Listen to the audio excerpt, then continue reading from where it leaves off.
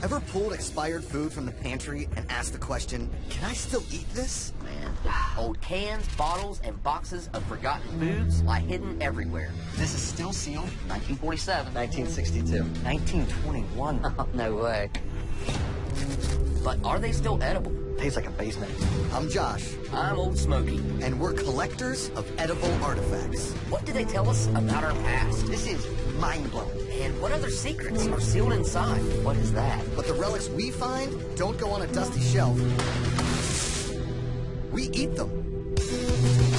This is one of the closest things to time travel I can think of. It's not always safe. It's not always good. Oh. But if we can stomach it, it's delicious. We want to know. That was it. Oh my gosh. Did this food stand the test of time? It's absolutely fantastic.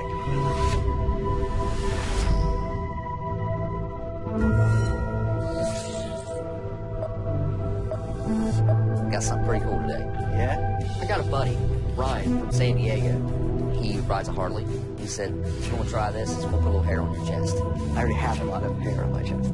We're going to add a little more. Fluff it up a little. Yeah, fluff it up a little more. Okay, all right. I think it's something that's going to be really cool to check out. I'm very intrigued. What we've got here are some Harley-Davidson wine coolers from 1985. Harley-Davidson wine coolers? Right? It doesn't seem to be like two things that go together, but here we go. So Harley is this quintessential American brand.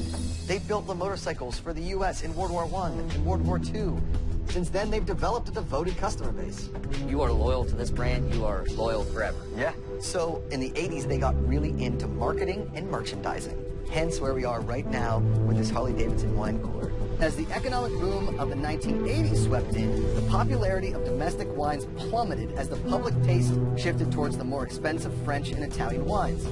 Faced with an epic surplus of white wine, the California wineries shifted their manufacturing and marketing towards wine coolers, an affordable, easy-to-produce, carbonated beverage that came in a variety of fun, fruity flavors to appeal to a broader market.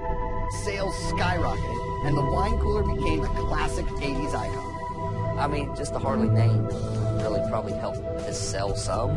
But if you're not a Harley-Davidson person, maybe you're not picking up Harley-Davidson wine coolers. And if you are a Harley-Davidson person, you don't want to drink wine coolers. And it's went through 35 years of aging. Like, is it going to be really, really bad now? That worries me, too. We're lucky this is even still around for us to get to try. But I think we really need to take a closer look at this for the floaties. Mine almost looks gelatinous because there's so many of these sediments all tossing through there. Oh, yeah, it's chunky. Shouldn't look like that.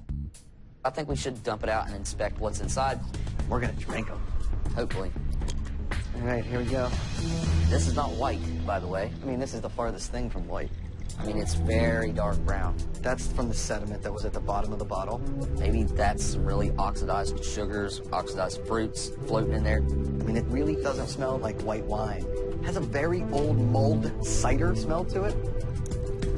It doesn't smell right. All right.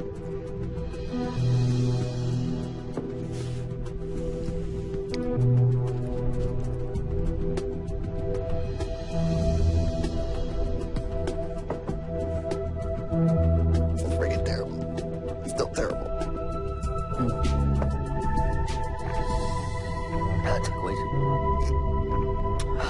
too much. It envelops your mouth so hard. It's a burn. Oh, definitely tastes like rotten fruit.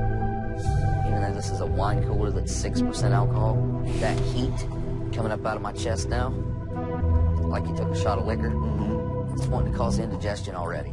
They say wine's supposed to get better with age. Not this wine, because it almost instantly made me sick. If it was just white wine and carbonation, I think we'd be fine. It contains carbon dioxide, sugar, fructose, and sorbates. There's sugars in there that have, I'm sure, gone rotten. Definitely am queasy.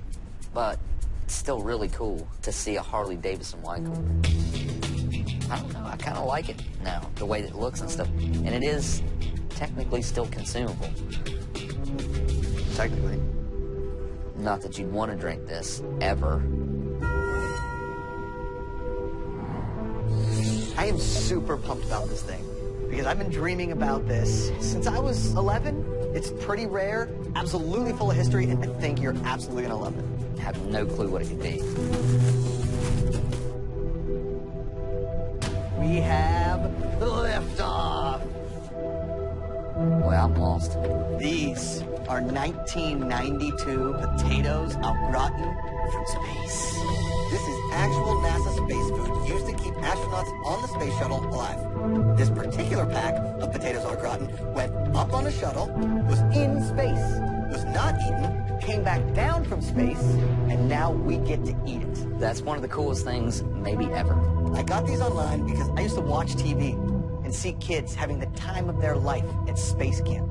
All I wanted to do was go to space camp. Now's our chance. Honestly, this is one of those items I've always wanted to try. I feel the passion because there's a whole lot more here than just a pack of au gratin potatoes. Yeah. This is a fantastic piece of NASA history. Sure. When JFK challenged NASA to put a man on the moon by the end of the 1960s, one of the biggest hurdles they had to overcome was how to supply the space crew with food. In the early Mercury missions, astronauts mainly subsisted on tubes of pureed beef or applesauce. Man, this is one special bag of potatoes. I'm saying, like, outside of hospitalization or death, I'm going to have to try these. So we need to put 3 ounces of hot water into this potatoes au gratin. We need to rehydrate it. Yeah. In order to eat the freeze-dried food, you have to rehydrate it first. And of course, NASA figured out a way to do it in space. The food is freeze-dried in these plastic containers with a foil seal. On the ship, there is essentially a needle in the wall, which they call their rehydration station. Using that, you puncture the foil seal, dial in the amount of water you need, press the button for hot or cold, and it gets injected right into the package. But since we don't have one of those, we're going to use a syringe filled with hot water and inject it right into the food. Oh, man. It's actually swelling up. Totally. That is so cool. I'll probably want to knead that up a little bit.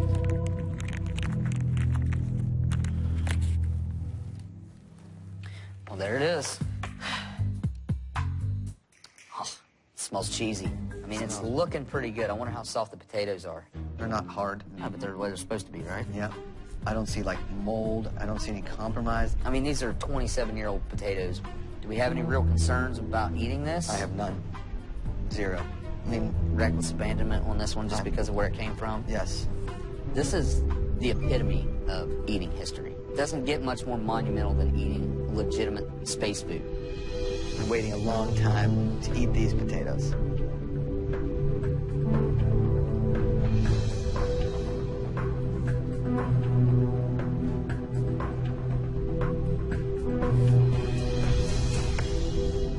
Tastes very familiar to me. Okay. It's kind of that fake yellow cheese flavor. And behind that is a slight bit of bitterness. Yeah, there's a bitter taste to it. It's like a very stale taste to them. I don't know, man. There's something up with that. You think 27 years has anything to do with it? Honestly, I don't think it really doesn't taste aged to me. I personally kind of like it. I think this is probably always what it tasted like. It was never going to be gourmet. I mean, it tastes like military food. The potatoes themselves have a strange texture because they've been freeze-dried. Yeah. When you freeze-dry something, the structural integrity of it is changed to a certain extent. I do not like that. I'm really, like, kind of upset about it. But it's the closest we'll ever come to being astronauts. I mean, you've been dreaming about eating this item forever. I've been dreaming about eating actual space food, thinking that that's probably what I would have eaten at space camp. It's awesome.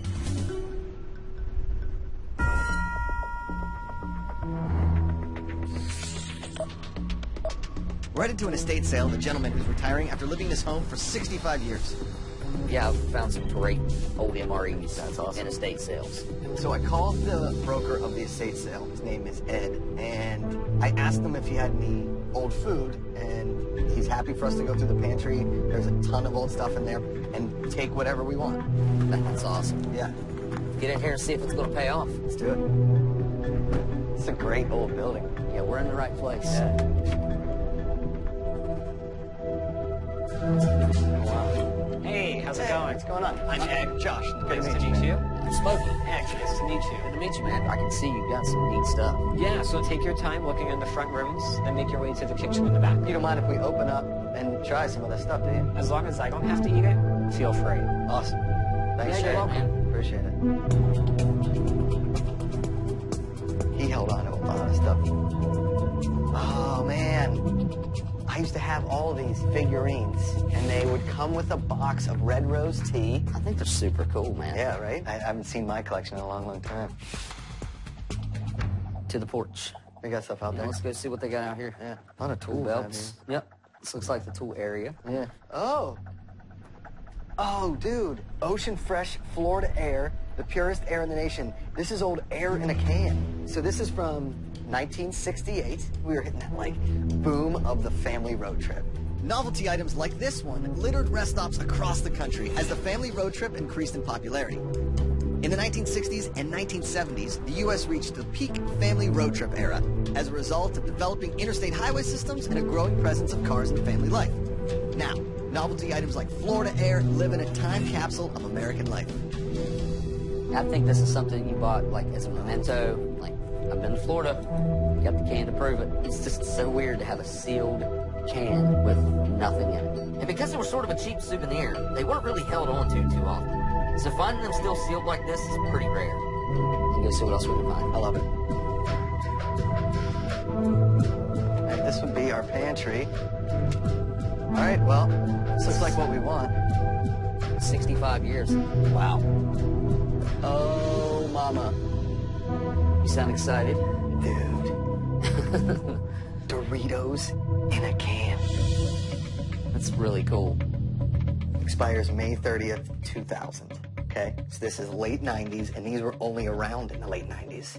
I grew up eating a lot of Doritos. Doritos didn't start out as a nacho cheese chip like everyone thinks they did. One rumor how they got started that I believe is that they were born at Disneyland in 1964 at the Fritos-owned restaurant Casa de Fritos. The salesman that sold the restaurant their tortillas noticed that the staff was throwing away old tortillas at the end of the day. He suggested that they fry them up and serve them to the guests instead, and hit the shelves nationally in 1966. I expected it to be much heavier. That is super cool, man. It's one of my favorite things. They were trying to put the Doritos in the same vending machine as like a can of cola because you get your soda, your sweet, and your Doritos, your savory in the same trip. It's vacuum sealed, it's perfectly in a can. This is our opportunity. This is turning into a pretty good day. Yeah, it is. I gotta say. Okay. We've both eaten old chips in a bag, and we've both had old drinks from a can. But I've never had old chips from an old can. Here we go.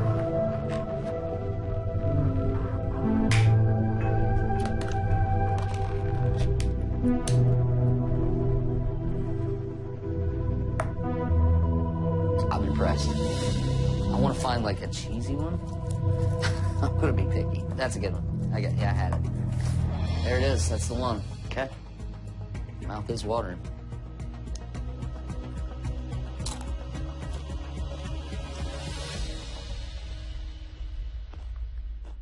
The consistency, the crunch was perfect. The cheese is so much different on these.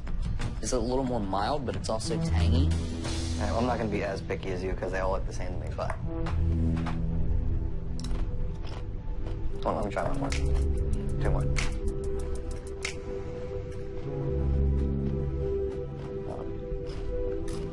A couple more. You're killing me. Crunch, perfect. Every other bite, I'm getting like an off flavor of the chip. There is something that isn't like any Dorito I've ever had before.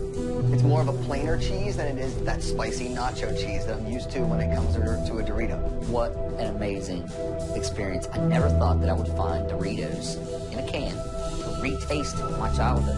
This is exactly what I remember. Yes, this is a huge, huge win for us. This is exactly the kind of stuff that we hope to stumble upon. I'm finishing that can.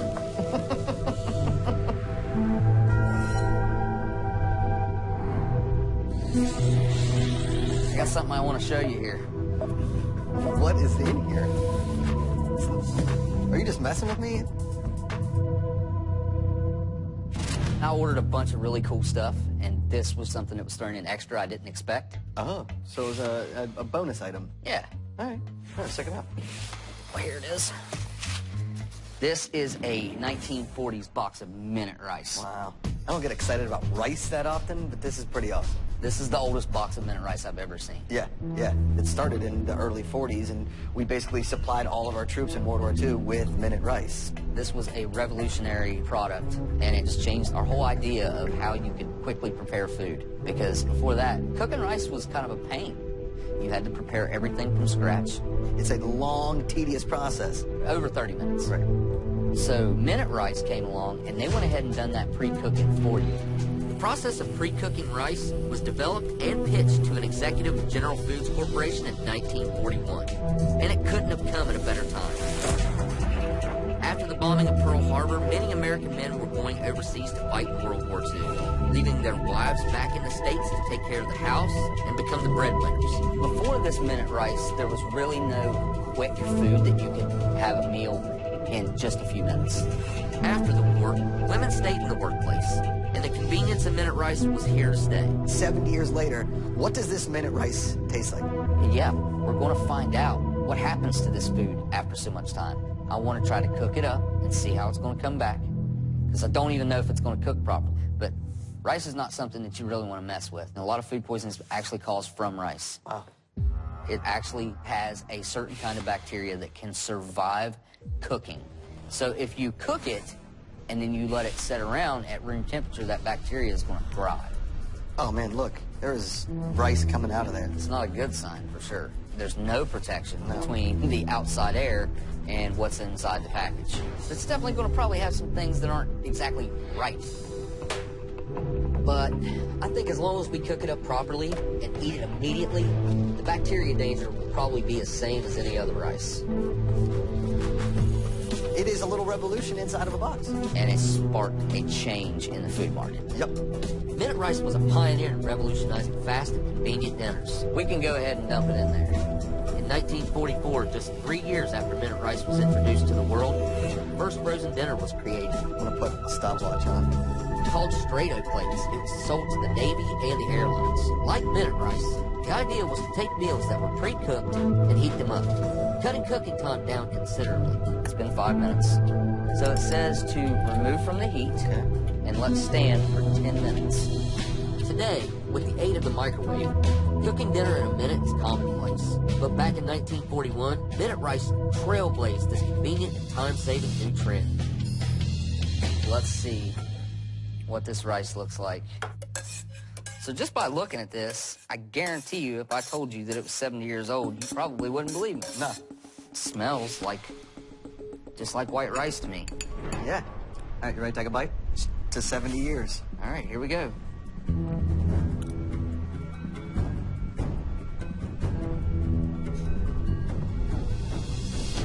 It's perfect. That is good rice. It doesn't taste at all like it's old. Nope, not one bit. And it was cooked over 70 years ago for the first time. I am floored. This is one of the best old foods I've ever had. There is nothing wrong with that at all. It doesn't taste old, it doesn't smell old, it doesn't look old. It tastes like perfect white rice. This one has held up tremendously well. This was literally as close to going back to the 40s as you can get and having it fresh. Minute rice was preserved as well as you could ever hope was possible. It smells just like white rice to me, and that's what we're always looking for in everything we eat. Wine is supposed to age well, but the Harley-Davidson wine cooler was the opposite. Freaking terrible.